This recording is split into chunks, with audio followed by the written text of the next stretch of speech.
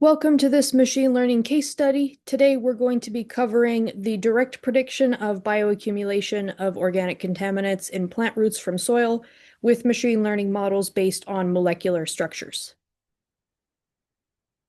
So soil is a major sink for many organic contaminants. Extraction of these contaminants by crop plants threatens agricultural sustainability and human health. The effects of this can be studied through life cycle impact assessments within a life cycle assessment framework, but unfortunately, the data is very hard to obtain because chemical soil plant root interactions are complex and very difficult to model and predict. The root concentration factor, or RCF, is the ratio of the concentration of a contaminant in plant roots to that in the surrounding soil. The RCF soil, which is directly based on soil concentration, is an important characterization parameter for plant uptake of organic contaminants from soils in life cycle impact assessment. And this RCF soil value is very difficult to estimate because of the complexity of multiple interactions between contaminants in the soil, water, plant root, and microorganisms such as rhizosphere interfaces. Extended connectivity fingerprints, or ECFP, is a modeling technique used to identify the presence of specific chemical structures. And this can help provide information on how chemical structures impact that RCF soil value.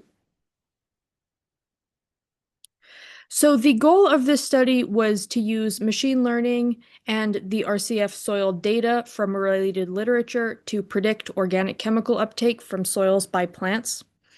So this figure shows the general workflow of the study, including collection of data from related literature, using ECFP for molecular structure representation, constructing machine learning models and training them on the dataset,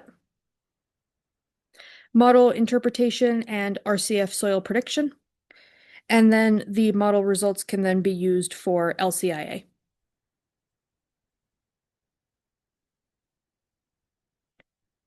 So for the data categorization step, the k-means clustering algorithm was used to categorize the 72 chemical data points into 4 groups indicated in this figure here.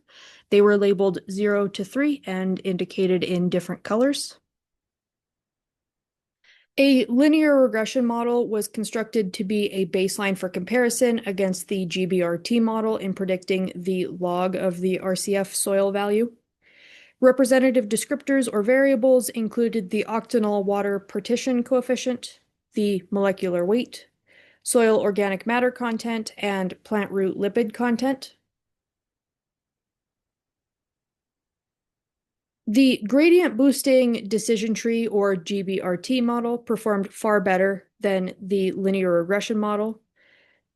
As shown here, the R-squared value for the GBRT value was closer to 1, and the mean average error was lower than for the linear regression model.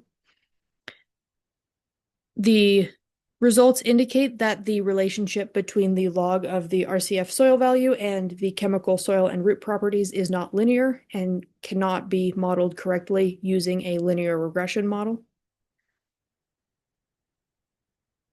An extended connectivity fingerprint gradient boosting decision tree was used to predict the log of the RCF soil value with the descriptors including ECFP data, the soil organic matter content data, and plant root lipid content data.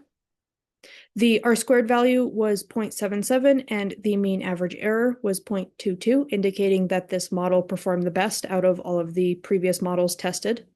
This greater model performance when using the ECFP data compared to using the octanol water partition coefficient data and the molecular weight data shows that the molecular structures help better predict the log of the RCF soil. So to conclude, the extended connectivity fingerprint gradient boosting decision tree allows researchers to accurately predict organic chemical uptake by plants from soil and the relationships between the substructures of chemicals and the RCF soil value. The model does not rely on experimentally sourced molecular physiochemical properties, which can increase its applicability. And this method can be used to screen large numbers of chemical contaminants to provide life cycle impact assessment data and help better understand their ecotoxicological impacts on the environment. So if you're curious to learn more, you can find the paper at this full citation. Thank you for watching.